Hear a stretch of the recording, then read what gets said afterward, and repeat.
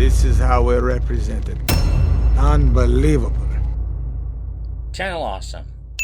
Over 4.5 minutes of pointless intro. I understand this is part of an overarching storyline, but people who see the words Hotel Transylvania review kinda expect nothing more than just that.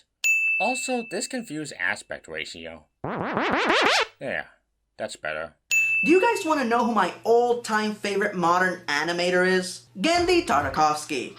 With his simplistic designs and kinetic style, Genndy is well on his way to become an animation god. In my opinion, he is the greatest visual storyteller working today, able to deliver an entire narrative with little to no dialogue, something that most Oscar-winning directors wouldn't be able to achieve if their lives depended on it. Look, I have no doubt that Genndy is a talented animator, and I will get to Samurai Jack when I get to it, but that's kind of an insult to Oscar-winning directors.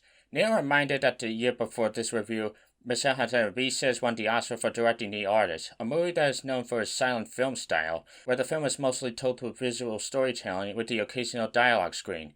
If you don't think that's worthy of an Oscar, then you're pretty much a minor Academy. And then when I found out that the movie was gonna be an animated comedy about the Universal movie monsters, I almost spontaneously combusted. That is two of my all-time favorite things combined. How could this possibly be bad? And then it was announced that he was collaborating with Happy Madison Productions. It's only animation. A 10-second Google search could tell you that this movie wasn't made by Happy Madison, but by Sony Pictures Animation. I mean, just because it has Adam Sandler and a bunch of his friends. So by your logic, is Uncut Gems a Happy Madison film? So our movie begins in 1895, and appropriately enough, the first monster you see in the movie is the Dark Prince himself, Count Dracula, as he slowly stalks the defenseless little baby, and... Peekaboo! Gabadikuba! I want to kiss your tool! So not only is Adam Sandler doing the voice of Dracula, but he's playing him as a cutesy-wootsy dad? Well, what did you expect? This movie is meant to be a child-friendly satire on the classic monsters, so of course he's going to be more quirky and comedic than his original counterpart. Also, this is kind of a trope in these types of parodies. It starts off as a traditional horror film, but then does a 180 and shows its true colors as a comedic parody. In fact, what was it that Cinematic Venom said during his response to your Batman Forever review? It fits the tone for the rest of the movie anyway. The film tells you right away from the very first scene, yeah, this is the angle we're going with. We're being this cheesy and goofy. If you didn't like it, leave now. I'm not trying to be something I'm not. It lets you know immediately. Let me guess. Because he is the voice, Dracula now is probably gonna sing one of those 30-second songs that Sandler scribbles on the back of a napkin 2 minutes before he records it? So, like any 30-second lullaby you sing to your kid. I mean, it's not like this is one of those gimme Oscar songs with a ton of effort. It's just a simple soundtrack he's singing to his daughter. But the most irritating thing about this is that they're actually trying to make a cool, iconic character cute and cuddly. Nothing that's cute is badass. Excuse me? 1 full minute of pointless filler nobody cares about. So we find out that Dracula has a severe prejudice against humans, so he has a barrier created around his castle to keep the humans out. And he has his castle turned into a hotel for monsters, where they can find sanctuary from the humans. Wait, hold on, so Dracula is going through extreme lengths to keep humans away, but he needs to drink human blood to survive. No, I use a blood substitute, either near blood or blood beaters. You can't tell the difference. Well, you say it yourself. Drac is so prejudiced against humans and wants other monsters, including his own daughter, safe from them, so he found an alternative way of keeping himself hydrated. Seriously, this is something I hate about these types of reviews. This guy seriously asks for an explanation, but then gets upset when he gets that information. Isn't that sad, Bill? Mm-hmm. It's very sad. So Dracula is planning a party for the 118th birthday of his daughter, Mavis. Wait, Mavis? Dracula's daughter's name is Maria Celestka.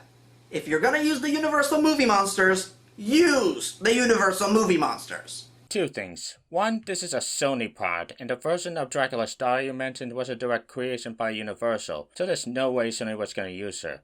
Hell, Sony had to directly contact Universal just to make sure this version of Frankenstein doesn't look too much like Boris Karloff's look. Also, you again fail to realize that this is supposed to be a different and more parodic take on the monsters and not the actual thing.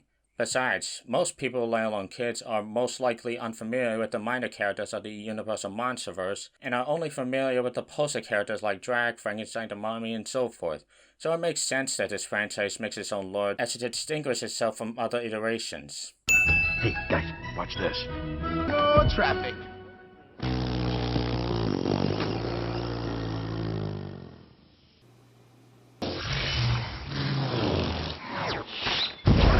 Fine, play it! Excuse me, do you mind not farting while I'm saving the world? Yeah, I almost forgot. He always liked to pad the runtime with these movie clips, almost always verbatim and without any sort of variety. If you happen to binge watch a lot of rewatch reviews, take a drink every time this very clip is played. I guarantee your lungs will drown. The Mummy is played by CeeLo Green, and The Invisible Man by David Spade. Haha, he's a floating pair of glasses. Oh come on, that was clever.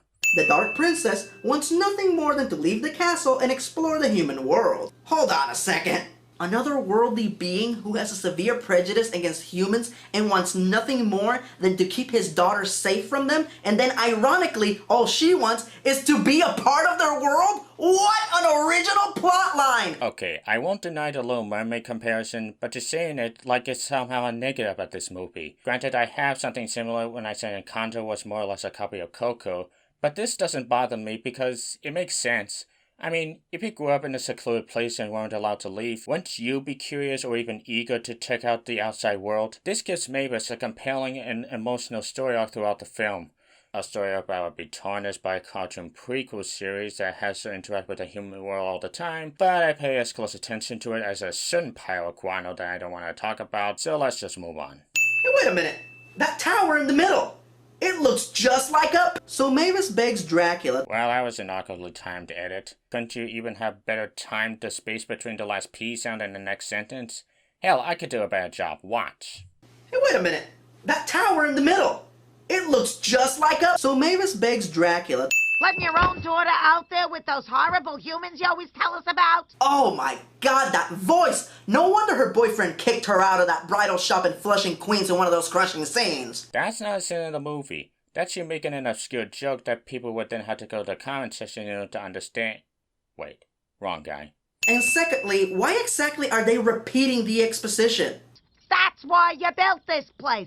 They hate us. They're vicious. We already know all this. It was the first scene in the movie. But it's not just exposition, as you can clearly interpret it as Bride Frankenstein reminding Drac that he has to protect his daughter from the humans, thus building the hotel. I mean, it's not like she's just explaining the exact exposition as the opening word for word to the point where she says, as you know. Wait. As you know. So Mavis goes to the village at the end of the Forbidden Forest, where she is met by some hostile torch-wielding humans. But as it turns out, this was all staged by Dracula to scare Mavis, and dissuade her from exploring the human world. If Dracula just wanted to make her afraid of humans, he should just show her the ending of that one Scary Door episode. I have combined the DNA of the world's most evil animals to make the most evil creature of them all.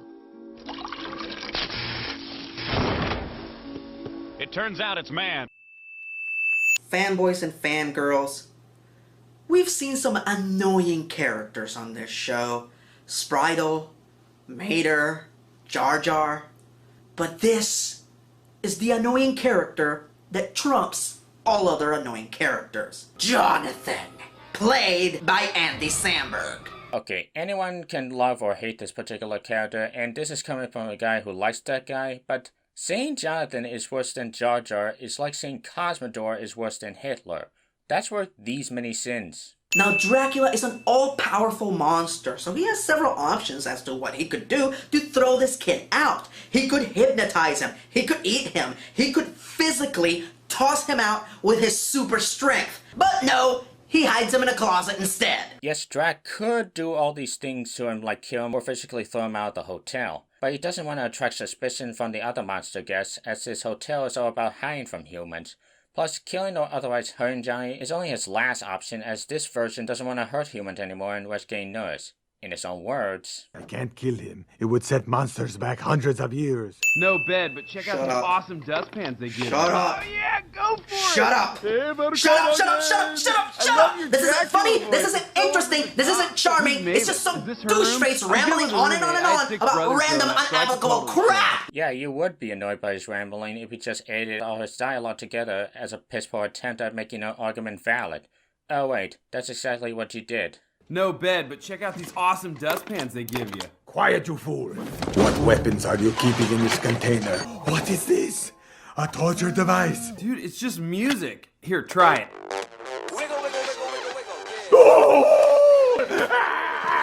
What? It's a good jam. Don't be a grandpa. So instead of tying a rock around his ankle and tossing him in the castle moat, Dracula, in his infinite wisdom, decides to dress him up like a monster and sneak him out instead. Yes, Drake, listen to Ewald's advice. Instead of just sneaking him out, just dispose of Johnny so that the safety of your image and your hotel would forever be charted. Oh, never mind. And then, and this is the best part, Mavis catches a glimpse of him and falls in love with him. She falls in love with this guy. Why? What was it about him that was so damn appealing? The never shutting up, the consistent clumsiness, or the fact that he is so insidiously stupid that it took him over 10 minutes to realize that he was in a room full of monsters? Okay, 3 things. First off, you're saying that no female would find Johnny's clumsiness, airheadedness, and just being himself endearing and adorable? That all males have to be straightforward and need to find a special someone? Yeah, that's a good message for all the singles in your audience. Second, it's funny that you claim that Johnny should have been smart enough to realize he was in a room full of monsters, yet you conveniently caught the parts where he was clearly looking away when Jack threw at him at the revolving door, and then had Johnny face at his own torso when he snuck into the closet. Third, trust me when I say he's gonna be needlessly and constantly bashing on Johnny like he's a devil spawn, so I'll just skip almost all these moments and pad the sync count so this video wouldn't be longer than Lost Frontiers Nymphomaniac. Uncut. You see, it's your birthday, and you know I want you to have the best party of your life, so I needed some help. Why? I thought it would be even more bestest specialist if someone closer to your age helped plan the party. Why? Skip! And this is pretty much the movie, folks. Dracula tries to hide Jonathan from the monsters, but they still see him. And every time he gets close to getting rid of Jonathan, he avoids the eviction with some form of random, unappealing buffoonery. Yeah, but you can pretty much say that for almost any movie. I mean, take the first Toy Story, where he tries to get rid of Buzz, but the other toys still fall for him. And every time he tries to knock some sense into Buzz's Space Ranger shenanigans, he just splurts out even more buffoonery. It's just really hard to describe Jonathan's actions in this movie. They're just random acts of douchery. They're kind of like shenanigans, but not. I'm sorry, I'm gonna have to come up with a new word here. They're more like douche-nanigans.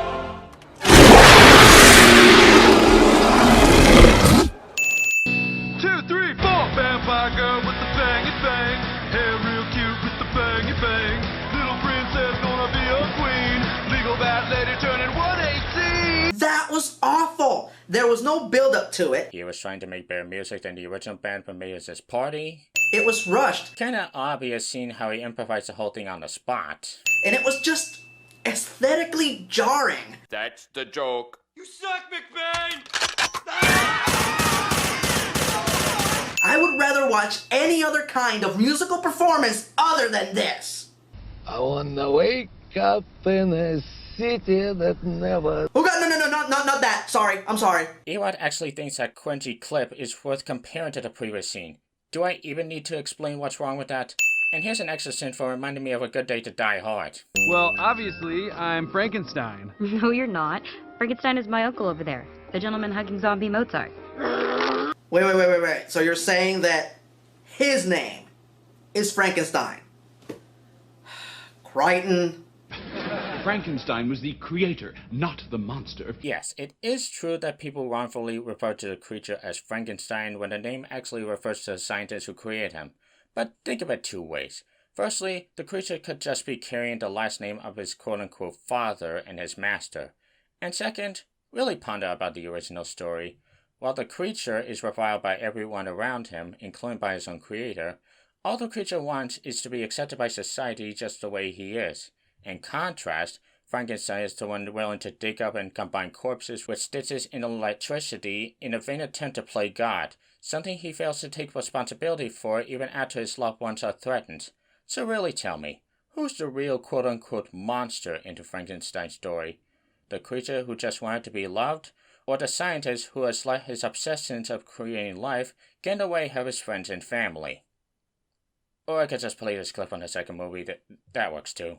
Hey, Count, how goes it? Frankenstein.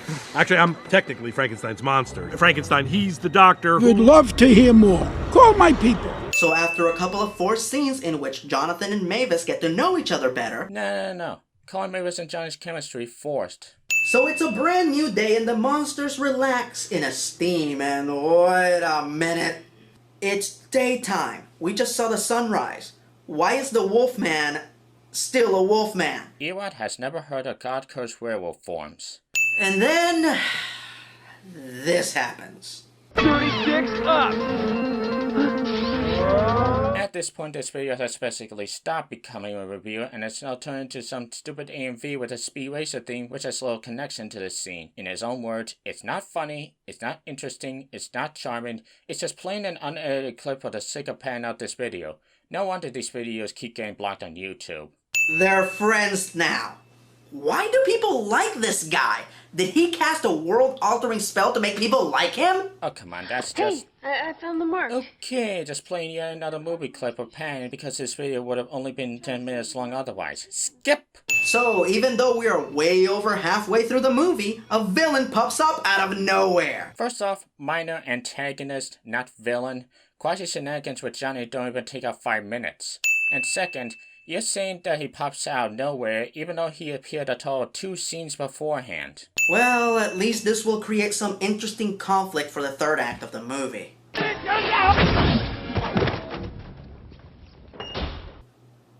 Wow. That was over so quick it, kinda made it seem pointless to introduce that subplot. A subplot that bites him in the ass later when Quasi reveals to everyone that Johnny is a human. Yeah, totally pointless. So now that Dracula and Jonathan are BFFs, Dracula finds it necessary to share his most intimate secrets with him. Like for example, the story of how his wife died. Yes, a dim-witted stoner is the perfect person to share your most painful memories with. It's almost like Drac realized that Mavis had feelings for Johnny and felt it necessary to explain the whole situation on how he got his human bias that led him to initially hate him, in case Johnny and Mavis end up becoming a thing. Incidentally, Dracula's wife was modeled and voiced by Jackie Sandler, Adam Sandler's wife. Yup, Adam Sandler's friends got to play all the monsters and his wife got to play Dracula's wife. If that doesn't tell you where a lot of the creative control was, then I don't know what does. Or maybe Jindy just wanted to give this flashback that extra emotional oomph by casting Adam's own wife as Drac's fallen lover. You ever thought of it that way? But then they ruin it by having the characters tell you the same exposition dump you've already heard twice in this movie. I built this place for my love, to protect her child. Yeah, because Johnny doesn't know why this hotel was built. If Drac didn't tell him that his wife's murder led to him founding the hotel to protect his daughter, Johnny would be like, okay, and? You do know that not all repeated dialogue is bad, right? Right? And so we reach this movie's second biggest problem. They hired the absolute greatest visual storyteller in the business to direct it, but most of the movie is just the characters talking, and not just delivering exposition, but delivering the same exposition over and over again, like the audience has Alzheimer's. Are you kidding me? Are you seriously kidding me? I mean, earlier you admitted to and complimented on some of the more aesthetically pleasing aspects of this movie. And I have to give the movie some credit, because the animators did a fantastic job of recreating Gendy's signature flat, angular, simplistic style of character design in 3D models. And I have to admit, this is a very beautiful moment. And you do realize that most of the movie is either fast and creative slapstick or calm moments to let the gothic imagery and motion sink in, right? And then you claim that most of this movie is just characters talking about the same exposition over and over again when it's only like, 3 scenes? Which further pours salt into the wound when you realize that the same exposition isn't as forced as you're making it out to be. So here's 10 sins for being contradicting and ignorant on your own words. In fact, if you just look up the word ignorant in the dictionary, you'd find year review on Batman v Superman, but this might be a close second. Wow. You look beautiful. She is wearing the exact same thing she wears every day of her life. Not really? The cape? He says Dracula has brought a human into the hotel. He says there is the human. He has a French accent. Oh, so you played the clip and then now it says subplot wasn't pointless after all? You know what? Never mind. Erod fades ignorance cliche. Doing the only sensible thing he does in the entire movie, Jonathan lies to Mavis and tells her he never truly cared about her. That way, when he leaves, she won't miss him. Except the only reason Johnny lied to her is because he thought Drac was gonna kill him if he didn't. And thus we get to one of my most hated movie cliches. The "we found out that you're lying, so we hate you now" moment. Even though this movie clearly establishes that all these monsters have been friends for hundreds of years, they find out that Dracula lied to them once, and they all turn on him and decide to check out of the hotel. Except the reason everyone was mad at Dracula wasn't entirely because he lied, but that he brought a human into the hotel, thus jeopardizing their safety. As in, they thought they were in danger because of Johnny until Drac tells them otherwise, but you got the idea. So Dracula chases after Jonathan, and for some reason the rest of the monsters decide to help him. Didn't you guys hate him in the last scene? I mean, it's not like Drac made an entire speech of how Mavis and Johnny synced and fell in love, thus confirming Johnny to be a good guy. Oh yeah, that's exactly what happened. I know I lied. I was wrong. But you have to believe this. Johnny wasn't a bad guy. I think they zinged. They zinged? But I got in the way.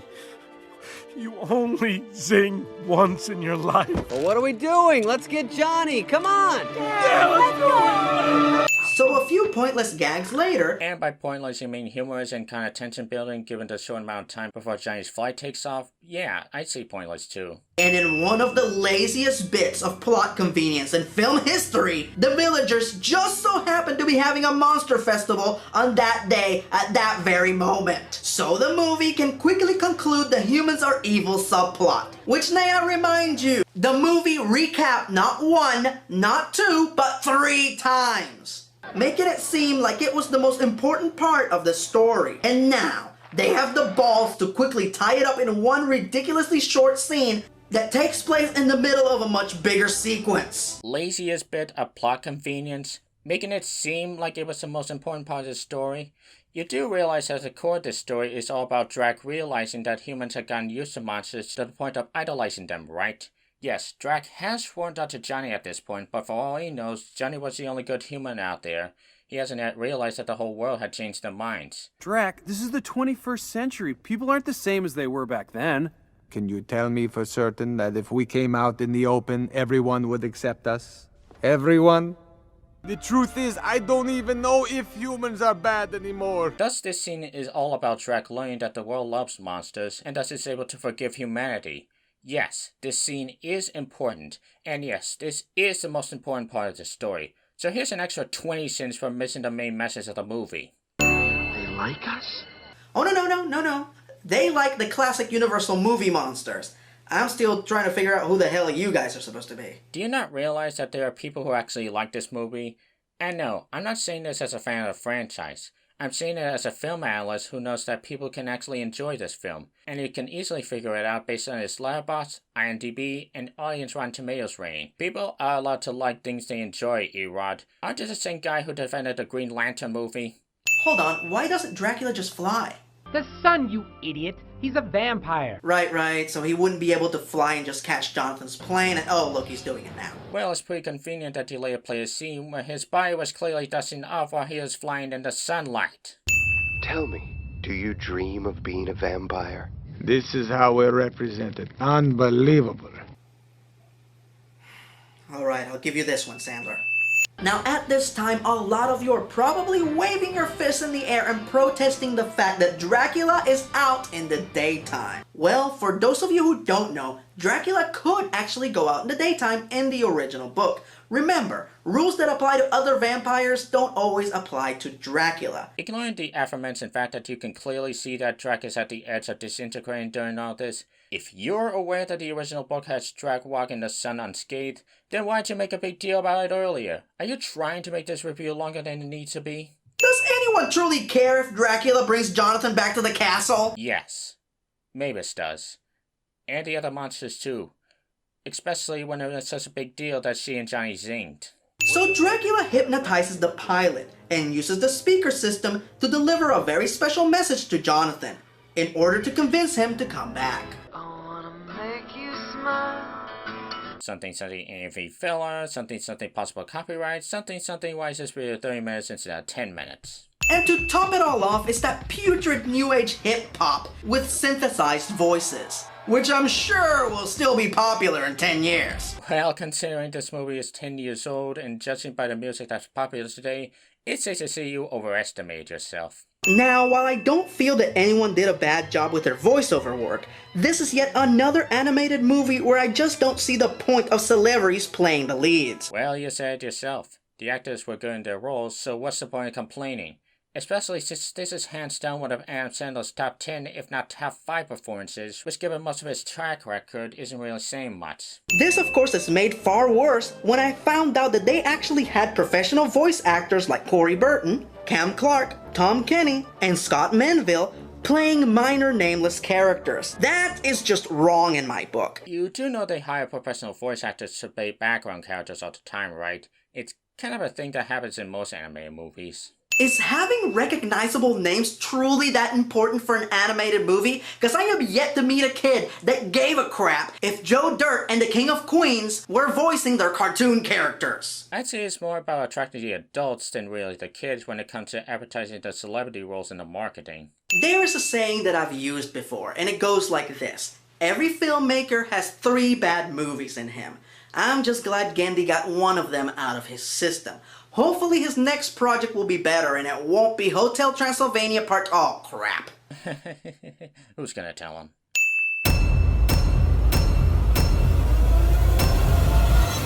Hey, isn't it still somebody's birthday? You call this a multimedia event? This is a slide projector and a bedsheet. Okay, there is a human village just a little ways past the cemetery. Well, it's not Hawaii, but it's Hawaii. Letting your own daughter out there with those horrible humans you always tell us about? They're vicious, and they're very loud! It's just music. Here, try it. It's taking my soul! What? It's a good jam. Don't be a grandpa. Yet. How are you pulling this off? I mean, it looks like I could just put my hand right through. Out your f***ing hand! Oh. Sparkle. Is that real about the garlic thing? Yes, I cannot have it. My throat swells. Garlic?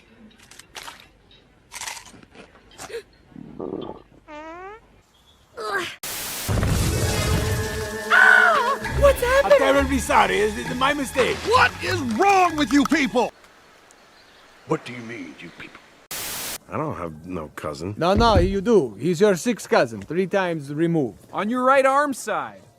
What's that make us? Absolutely nothing. And 27. Banco! It's Bing! I'll have 2 number 9s, a number 9 large, a number 6 with extra dip. We serve food here, sir. Oh! Would you look at the view from up here? You can almost see Budapest. Budapest? You and I remember Budapest very differently. Is that near Wi-Fi? It's Hawaii. She wouldn't be into someone with red curly hair. What's wrong with red curly hair? I have red curly hair! Well, how was I supposed to know that? We don't talk about that here. A census taker once tried to test me. I ate his liver with some fava beans and a nice Chianti.